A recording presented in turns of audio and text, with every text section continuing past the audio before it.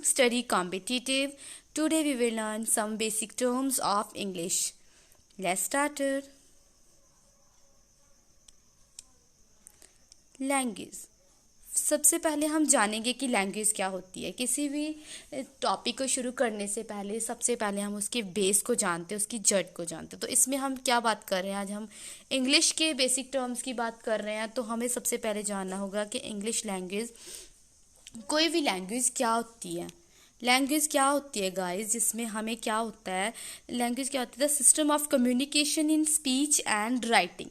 एक ऐसा सिस्टम होता है जो हमें स्पीच और राइटिंग के थ्रू हम कम्युनिकेट करते हैं, हम दूसरों के संपर्क में आते हैं, जिसके थ्रू हम, चाहे वो स्पीच हो, बोलने के थ्रू हो या फिर लिखने के थ्रू हो।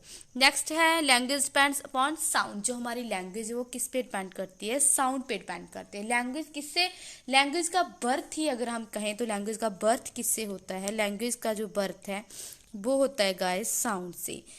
तो हम सबसे पहले जानेंगे साउंड। साउंड हमारे जो भी सबसे पहले आप जानिए, जब हमारा बर्थ होता है, हमारा जन्म होता है, एक छोटा बच्चा है वो रोता है, अपने अलग अलग तरह के साउंड्स हम अपने बर्थ से ही लेते हैं। कोई रोता है बच्चा, अगर उसे कुछ चाहिए होता है, दूध वगैरह चाहिए, तब भी वो रोता है। और अगर हम देखें गाइस तो जो साउंड है वो हमारे वोकल्स, और कुछ वो बच्चा क्या है, जब जैसे वैसे वो बड़ा होता जाता है, वो अपने आसपास देख देख के कुछ साउंड्स वो सीखता है, अपनी मम्मा से कोई लैंग्वेज सीखता है। वैसे होते हैं साउंड्स। देखिए कुछ होते हैं वोकल साउंड्स। वोकल साउंड्स जो हमारी वोकल कॉर्ड से निकलते हैं, उनको हम कहते हैं वोकल साउंड्स। और वो होते हैं कॉपीड साउंड। कौन से होते हैं, जो हम अपने आसपास से सीखते हैं, किसी को सुनकर, किसी को भी देखकर, सुनकर, जो भी हम अपने आसपास से सीखते हैं वो होते हैं कॉपीड साउंड। और गाइस उससे आगे क्या होता है, जो हमारी लैंग्वेज है इंग्लिश, इसमें टोटल साउंड है 44। टोटल साउंड 44 है हमारी लैंग्वेज में। जो हमारी लैंग्वेज इंग्लिश है, इंग्लिश में टोटल 44 साउंड हैं, जिनमें से वोकल साउंड होते हैं 20। जिनमें से वोकल साउंड होते हैं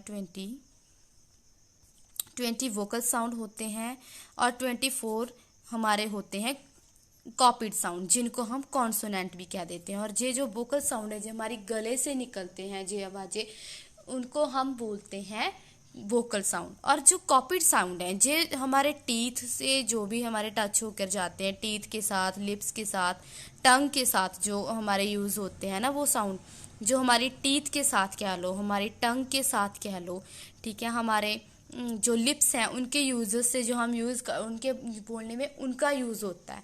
और आगे गाइस आ जाते हैं हमारे ये साउंड हैं, जिनमें से ये देखो J20 जो हैं, जे ऊपर वाले 20 हैं, जे होते हैं बाउल साउंड, जिन्हें हम वोकल साउंड भी कहते हैं।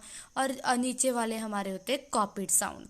उसके आगे हमारे आ जाते हैं लेटर्स।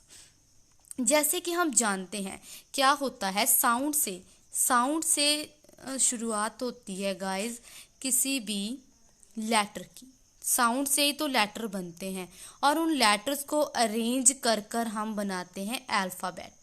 जिसे हम जो लेटर की अरेंजमेंट करते हैं उसको हम कहते हैं अल्फ़ाबेट। जैसे कि हम अपनी, आपको पता ही है कि हमारी लैंग्वेज जो इंग्लिश है उसमें 26 लेटर्स हैं, ठीक है, उसको एक अल्फ़ाबेटिक वे में लिखा जाता है। अल्फ़ाबेटिक वे में जैसे ए, उसको एक सिमेट्री में लिखते हैं, VCD ऐसे, ठीक है, तो ऐसे उनको लिखा जाता है। तो लेटर्स क्या होते हैं हम ये जानेंगे। लेटर क्या होता है, रिटन और प्रिंटेड साइन। एक प्रिंटेड और रिटन साइन होता है of a sound in a language. किसी भी साउंड का रिटन और प्रिंटेड साउंड होता है, मतलब कि साइन होता है। जैसे सोचो हम बोलते हैं र, तो उसका साउंड क्या है, र बोलते हैं, उसका सिंबल क्या है, आर। और अगर हमारे वोकल से, हमें पता है हमारे वोकल से साउंड निकल रहा है, सपोज करो हमारे वोकल से कोई साउंड निकल रहा है जैसे बच्चा होता है ऐसा कुछ भी सोच सकते हो आप, हमारे वोकल से साउंड निकल रहा है तो उसे हम लिखते हैं, उसका सिंबल है ए। तो ऐसे ही हमें साइन दिए गए हैं। और हमने आपको बता चुके हैं कि इंग्लिश लैंग्वेज में कितने लेटर्स होते हैं, 26 लेटर होते हैं। और इन लेटर्स को 2 टाइप में मतलब डिवाइड करते हैं हम। गाइज हमारी लैंग्वेज जो इंग्लिश है उसके साउंड आपको मैं पहले ही बता चुकी हूँ, साउंड होते हैं 44।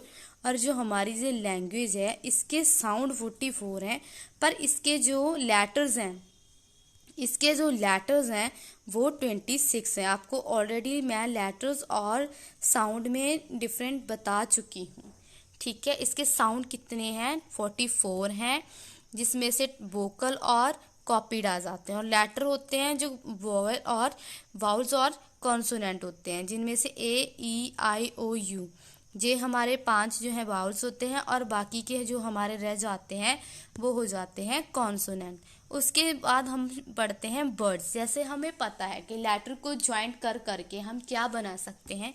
वर्ड बना सकते हैं। जो वर्ड होते हैं वो एक लेटर का भी हो सकता है, जैसे आई, ये भी अपने आप में एक वर्ड है, मैं, ठीक है।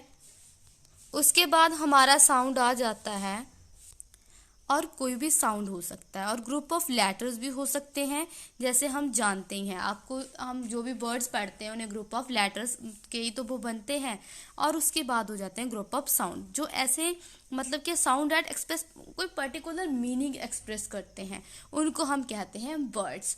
और उसके बाद इसका जो एग्जाम्पल हम देते हैं पार्ट ऑफ स्पीच।